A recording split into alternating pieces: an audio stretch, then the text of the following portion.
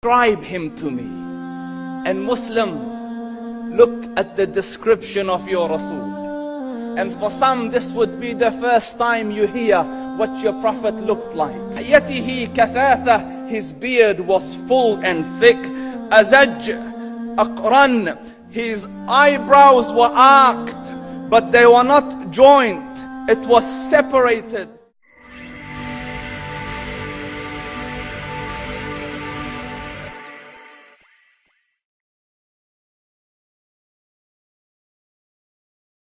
Describe him to me. And Muslims, look at the description of your Rasul. And for some, this would be the first time you hear what your Prophet looked like. I saw a man of striking appearance. ظاهر الوضاء أبلج الوجه, radiant face, حسن الخلق, beautifully created. لم تعبه الثجلة, his belly wasn't protruding. ولم تزر به السعلة, nor was his head disproportionate and small. وسيم قسيم, proportionate and delicate, finely made, a specimen of a creation. في عينيه دعج, in his eyes there was a contrast. The dark was immensely dark, the white was excessively white. وفي أشفاره وطف, and his eyelashes were long. وفي صوته صهل, and in his voice was a natural echo. وفي عنقه سطع, and his neck was elegantly long. وفي لحيته كثاثة, his beard was full and thick. أزج أقرن, his eyebrows were arched, but they were not joined. It was separated.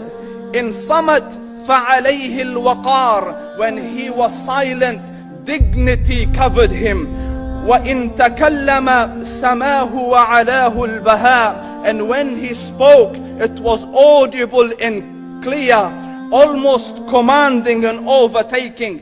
أَجْمَلَ النَّاسِ وَأَبْهَاهُمْ مِنْ بَعِيدٍ, from afar, the most striking and outstanding in appearance. وَأَحْسَنُهُمْ وَأَجْمَلُهُمْ مِنْ قَرِيبٍ, and when he came near, the best of them and the most handsome of them in closeness. حُلْوُ الْمَنْطِقِ, such an exalted and sweet level of logic. Like when he used to speak, it was so coherently logical, it was smooth and easy to understand. فَصْلٌ لَا نَزْرٌ وَلَا هَذْرٌ, he was to the point, not excessive, nor too short. كأن منطقه خرزات نظم يتحدرن, his logic, his utterances, his words were like jewels coming out of a necklace, calculated, polished, one after the other, it would flow magically. ربعة, he was medium in height. Your eye didn't have to strain to look up at him, nor was it tedious to look down at him. He was a comfortable sight to look at.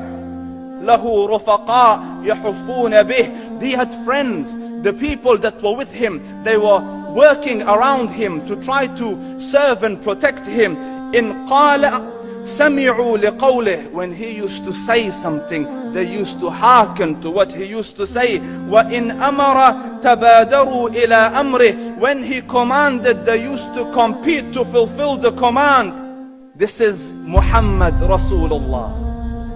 This is Muhammad Rasulullah. Anas ibn Malik says, he says, I came out one night,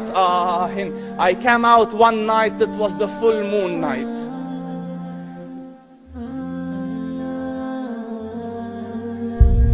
And I looked at the moon, and in the desert, understand, the moon is an awesome sight.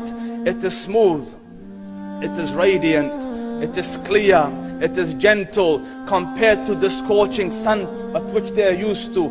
So the moon was the epitome of beauty. So he says, I came out at a full moon night and I looked at the moon and I saw it beautiful, handsome. So I said, let me go see if the moon is more handsome or my Prophet is more handsome. Let me see if that is more beautiful or the Prophet is more beautiful. So I went and I saw him standing afar. So I looked at his face, and I looked at the moon, and I looked at his face, and I looked at the moon, and I looked at his face, and I looked at the moon, and he said, Wallahi, he was more handsome than the moon in its entirety. That is just the look of your Rasul. Aisha radiyallahu anha says, I was sewing with the needle. My needle dropped in the dark. I couldn't find it. I said, Ya Rasul, I can't find it. He moved his face close, and I swear, out of the radiance of his face, I found my needle. And the Prophet sallallahu alayhi wasallam was mind-bogglingly handsome. But his handsomeness was covered with waqar and jalal and hayba. The Sahaba say, when we used to sit at his feet, two feelings conflicting would come on the heart. The first one, you wanted to look at him. You wanted to behold the majesty of his face. And when you wanted to look up, shyness used to overtake you, so you used to look down. Amr ibn al-As says, I sat with him many times, but if you ask me to describe his face, I can't describe it. I wouldn't be able to look up to him ijlalan wa ta'ziman. I couldn't look up at him. And that is why he didn't have the problems that Yusuf alayhi salam had. Because it was difficult to penetrate the awe and the splendor of the Rasul. كل البشر يوم القيامة يقولوا نفسي نفسي، إلا محمد صلى الله عليه وسلم يقول أمتي أمتي. فيقول الله سبحانه وتعالى أخرجوا من النار من كان في قلبه مثقال شعيرة من إيمان، فتخرج أفواج. فأعود مرة أخرى إلى الله سبحانه وتعالى وأسجد وأطيل السجود، فيقول الله سبحانه وتعالى ارفع رأسك يا محمد وسل تعطى واشفع تشفع. فيقول أمتي أمتي يا الله. فيقول الله أخرجوا منها من كان في قلبه مثقال خردل من إيمان، فتخرج أفواج. فيعود صلى الله عليه وسلم ويسجد ويقول الله سبحانه وتعالى له ارفع رأسك يا محمد وسل تعطى واشفع تشفع. فيقول أمتي أمتي يا الله.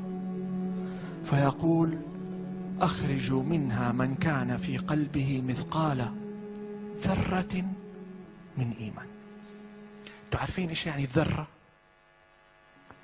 يعني لو نملة ماشية وما دعستها رحمة بها، هذه ذرة تشفع لك يوم القيامة. ثم يقول هنا الشاهد في القصة، وهذه آخرة، وهذا في البخاري. فأعود فأسجد وأطيل السجود، فيقول الله سبحانه وتعالى ارفع رأسك يا محمد وسل تعطى واشفع تشفع. فيقول في المرة الرابعة صلى الله عليه وسلم يا الله ائذن لي في من قال لا إله إلا الله. يعني وإن لم يكن من أمتي بس وحدك، وإن لم يقل أشهد أن لا إله إلا الله محمد رسول الله، بس وحدك. فيقول الله سبحانه وتعالى وعزتي وجلالي وعظمتي لأخرجن منها من قال لا إله إلا الله. محمد صلى الله عليه وسلم ليس تبع أهل الرياض والقصيم، وما هو تبع أهل جدة، وما هو تبع السعودية، ولا هو تبع الكويتيين، ولا تبع المصريين، ولا حتى تبع المتدينين دونا عن غير المتدينين، ولا تبع المسلمين فقط. محمد صلى الله عليه وسلم عالمي، ويحمل في قلبه رحمة ليست للمسلمين، للعالمين. وبذلك كان خير البشر عليه الصلاة والسلام.